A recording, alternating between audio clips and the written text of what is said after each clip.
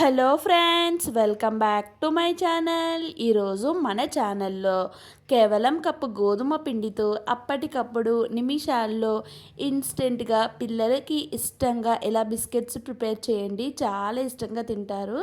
హెల్త్కి కూడా చాలా మంచిదండి. మన చేతులతో మనం చేసి పెడితే ఆ సాటిస్ఫాక్షనే వేరు కదండి. ఈ బిస్కెట్స్ని ఒక్కసారి ట్రై చేయండి.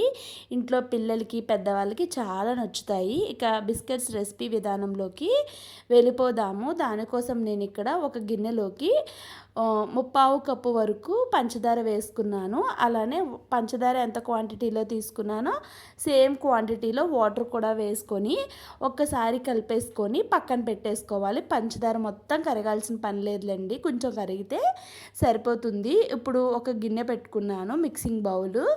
దీంట్లోకి 2 కప్పుల వరకు గోధుమ పిండిని తీసుకుంటున్నాను. ఇక్కడ నేను తెల్ల గోధుమ పిండి తీసుకుంటున్నానండి. అంటే డీమార్ట్లో 2 రకాల పిండిల్ని అమ్ముతారు. తెల్ల గోధుమ పిండి ఒకటి, కొంచెం మనకి బ్రౌన్ కలర్లో ఉండే గోధుమ పిండి ఒకటి అమ్ముతారండి. నేను తెల్ల గోధుమ పిండిని తీసుకున్నాను. తర్వాత టేస్ట్ బ్యాలెన్సింగ్ కోసం సాల్టు, అలానే మంచి ఫ్లేవర్, అలానే పిల్లలకి అరుగుదల కోసం కొంచెమంతా వాము, కొంచెమంతా బేకింగ్ పౌడర్ కూడా వేసుకున్నాను. వేసుకొని ఇవన్నీ కలిసేలాగా కలుపుకొని ఏ కప్పుతో అయితే గోధుమ పిండి తీసుకున్నామో సేమ్ అదే కప్తో 1/2 కప్పు వరకు నెయ్యి అండి. ఇక్కడ నెయ్యిని చూపిస్తున్నాను, దాన్ని కరిగించుకొని వచ్చాను. చూడండి, కరిగిస్తే ఇంత క్వాంటిటీలో అయ్యింది. ఇప్పుడు మొత్తాన్ని వేసేసుకున్నాను. ఈ నెయ్యి మొత్తాన్ని వేసుకొని బాగా కలుపుకోవాలి. ఒకవేళ మీ దగ్గర నెయ్యి అవైలబుల్గా లేకపోతే కొంచెం నెయ్యిని, అలానే కొంచెం ఎటువంటి ఫ్లేవర్స్ లేని ఆయిల్ని వేసుకోండి. వేసుకొని మొత్తం అంతా కలిసేలాగా కలుపుకోండి. నెయ్యిని వేసుకోవడానికి ట్రై చేయండి, హెల్త్ మంచిది, అలానే టేస్ట్ కూడా చాలా బాగుంటుంది.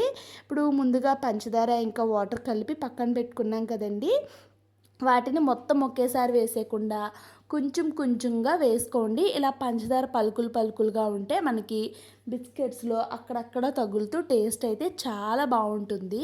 చూడండి, వీడియోలో చూపించిన విధంగా మొత్తం అంతటిని కూడా మిక్స్ చేసేసుకున్నాను. ఈ విధంగా అయితే ఉంది కదా. ఇప్పుడు దాన్ని నానబెట్టాల్సిన పని అయితే ఏమీ లేదండి. ఇలా పూరీ పీట ఉంటుంది కదా, దాన్ని తీసుకొని దానిపైన మనం పూరీలాగా ఒత్తుకోవాలి.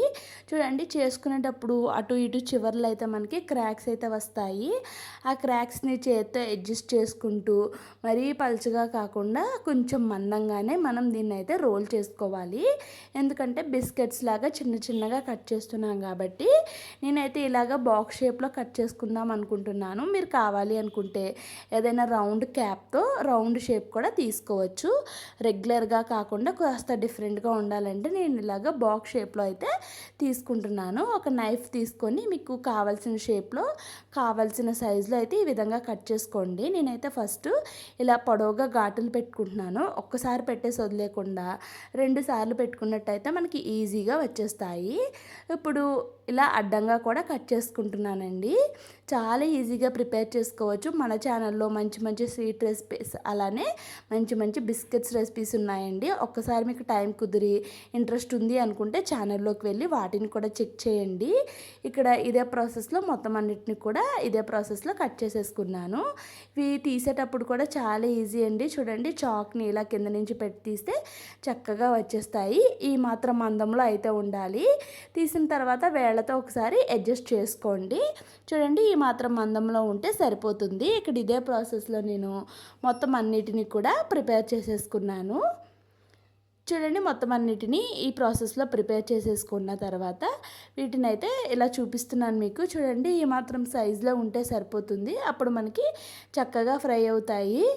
మరీ పలుచగా ఉంటే ఆయిల్లో వేసిన తర్వాత విడిపోతాయండి. ఇప్పుడు స్టవ్ వెలిగించి డీప్ ఫ్రై కోసం ఆయిల్ పెట్టుకుంటున్నాను. ఇలా ఫ్లాట్గా ఉన్నది పెట్టుకోండి, అప్పుడు మనకి అవి చక్కగా ఫ్రై అవుతాయి. ఆయిల్ అనేది బాగా హీట్లో ఉండకూడదండి, చాలా మీడియం హీట్లో ఉండాలి. మీడియం హీట్లో ఉన్నప్పుడు ముందుగా మనం ప్రిపేర్ చేసుకున్న వాటిని ఒక్కొక్కటిగా వేసుకొని సిమ్ ఫ్లేమ్లోనే ఫ్రై చేసుకోవాలి. హై ఫ్లేమ్లో అస్సలు పెట్టకూడదండి. హై ఫ్లేమ్లో పెట్టినట్టయితే విడిపోయినట్టుగా అవుతాయి. చూడండి, ఇవి చూడడానికి మనకి ఎలా అనిపిస్తాయంటే అస్సలు కుక్ అవ్వలేనట్టు, కదిపితే విడిపోతాయి అన్నట్టుగా కనిపిస్తాయి, కానీ అవి అస్సలు విడిపోవండి. ఒక్క సైడ్ కాస్త కలర్ వచ్చిన తర్వాత ఇంకొక సైడ్కి అయితే టర్న్ చేసేసుకోండి. ఇక్కడ ఇదే ప్రాసెస్లో మొత్తం అన్నిటిని కూడా టర్న్ చేసేసుకుంటున్నాను. చూడండి 2 సైడ్స్ టర్న్ చేసుకొని మంచిగా ఫ్రై చేసుకుంటే అక్కడక్కడ మనకి విడిపోయినట్టుగా కొంచెం గుండలా అయితే వస్తుంది కానీ చాలా బాగా ఫ్రై అవుతాయండి. వీటి షేపే అలా ఉంటుందండి, డిఫరెంట్‌గా చాలా బావుంటుంది. చూడండి మనకి వేడి మీద అవి ఉడకలేనట్టుగా కనిపిస్తుంది కానీ కాసేపు అయ్యాక బిస్కెట్స్ అయితే చక్కగా కరకరలాడుతూ క్రిస్పీగా వస్తాయి. ఇక్కడ నేను మీకు ఒకటి చిదిపి కూడా చూపిస్తానండి, పొడి ఎలా అవ్విందనే దాన్ని బట్టి మీకు క్లియర్గా అర్థమవుతుంది. రెసిపీ నచ్చిందా? మరి రెసిపీ నచ్చితే వీడియోకి లైక్ చేసి ఛానల్ని సబ్స్క్రైబ్ చేసుకోండి. Thanks for watching.